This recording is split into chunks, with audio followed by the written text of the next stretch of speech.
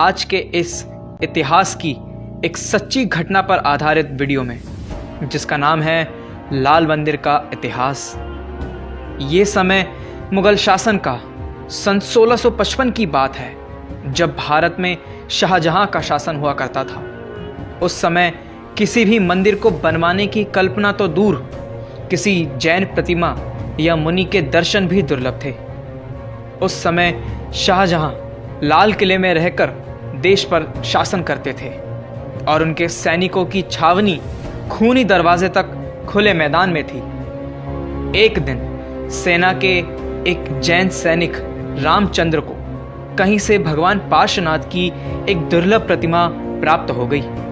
उसने श्रद्धा पूर्वक उस प्रतिमा को अपने घर में ही विराजमान कर लिया और नियमित पूजा अर्चना शुरू कर दी। सेना के अन्य जैन सैनिक भी वहां आते और दर्शन करते थे। धीरे धीरे यह खबर आसपास के सभी जैन शावकों में फैल गई, तो वे भी वहां आने लगे और भगवान की आराधना करने लगे। कुछ ही समय में वह जगह लश्करी मंदिर के नाम से प्रसिद्ध हो गई।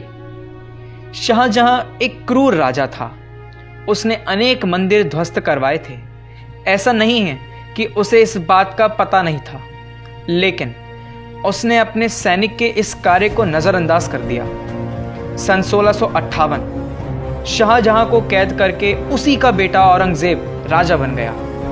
वह अत्यंत निर्दयी और कट्टरपंथी था। उसने अनेक जैन मंदिर तोड़वाए, प्रतिमाओं को दिल्ली और आगरा के मस्जिदों की सीढ़ियों पर फिकवाया, उनका घोर अपमान करवाया, अनेक हिंदुओं को मुसलमान बनाया।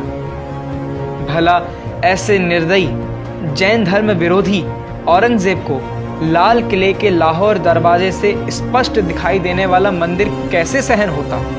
लेकिन यह भी एक आश्चर्य था कि उसे इस बात की खबर ही न लगी। लश्करी मंदिर में प्रतिदिन शाम को अर्चना के समय कुछ देर के लिए एक नगाड़ा बजाया जाता था। ये प्रथा काफी समय से चली आ रही थी। अब तक इस नगाड़े की आवाज औरंगजेब के कानों तक नहीं पहुंची थी, लेकिन एक दिन उसे इसका शोर सुनाई दिया। औरंगजेब ने साथ ही में बैठे अपने वजीर से पूछा कि यह शोर कैसा है।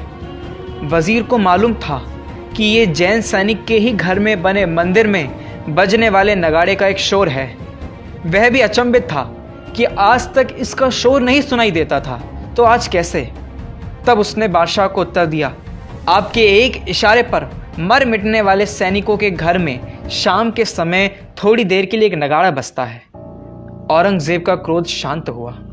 उसने आदेश दिया कि कल से यह शोर हमें ना सुनाई दे। यह आदेश सुनकर सभी जैनी भाई सहम गए और अगले दिन किसी में भी अर्चना के समय नगाड़ा बजाने की हिम्मत ना हुई, क्योंकि कोई भी औरंगजेब के गुस्से का शिकार नहीं होना चाहता था। तभी एक आश्चर्य हुआ। वह नगाड़ा स्वयं बजने लगा और उसके शोर से लाल किले की दीवारें गूंज उठी। औरंगजेब अपने फैसले का अपमान होते हुए देख लाल पीला होने लगा। वह कुछ आदेश देता कि तभी उसका वजीर भागता भागता हुआ आया और बोला, शहंशाह, करिश्मा हो गया। लश्करी मंदिर का नगाड़ा खुद पे खुद बज रहा है। ये चमत्कार मैं अपनी आंखों से देख कर आया हूं। कुछ समय के लिए औरंगजेब भी स्तब्ध रह गया। उसे पता था कि यह उसका वफादार वजीर है। यह उसके सामने झूठ बोलने का साहस नहीं करेगा। फिर भी उसने वजीर को डांटा, क्या बकते हो? ऐसा कैसे हो सकता है? वजीर ने समझाया कि यदि आपको यकीन ना हो तो कल खुद आइए और चलकर देखिए। खुद चलने के लिए बादशाह मान गए। अगले दिन अर्चना के समय से पहले ही औरंगजेब मंदिर पहुंच गया। सबको मंदिर से निकलवाकर बाहर ताला लगवा दिया और आज भी बिल्कुल वैसा ही हुआ। अर्चना के नियत समय पर वे नगाड़े खुद बजने लगे। औरंगजेब अचंभित रह गया।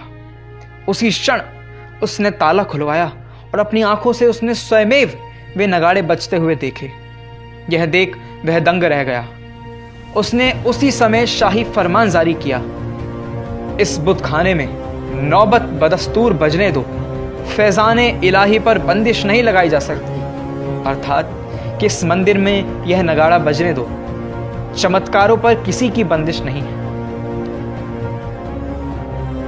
शाहजहानाबाद के इस प्राचीनतम जैन जिनालय की प्रसिद्धि दूर दूर तक फैल गई। इसका स्वरूप विकसित होता गया।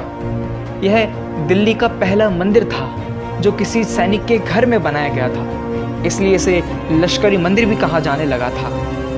उसके बाद इसे उर्दू मंदिर भी कहा जाता रहा, क्योंकि इसके समीप उर्दू बाजार लगाया जाता था। सन 1878 में हुए नवीनीकरण में यहाँ लाल पत्थरों का प्रयोग किया, अतः यह लाल मंदिर के नाम से प्रसिद्ध हुआ। तब से अब तक अर्थात 141 साल से यही नाम प्रचलित है। हमें स्वयं पर गर्व होना चाहिए कि हम जैन कुल में जन्मे हैं। ये जिन शासन का ही प्रभाव था कि जिसके आगे देश के एक मुगल राजा को भी झुकना पड़ा। यह कोई काल्पनिक घटना नहीं है, अपितु पूर्ण सत्य हमारा इतिहास है। इसका जिक्र अंग्रेजी इतिहासकारों ने अपनी किताबों में भी किया है। वीडियो को देखने के लिए धन्यवाद।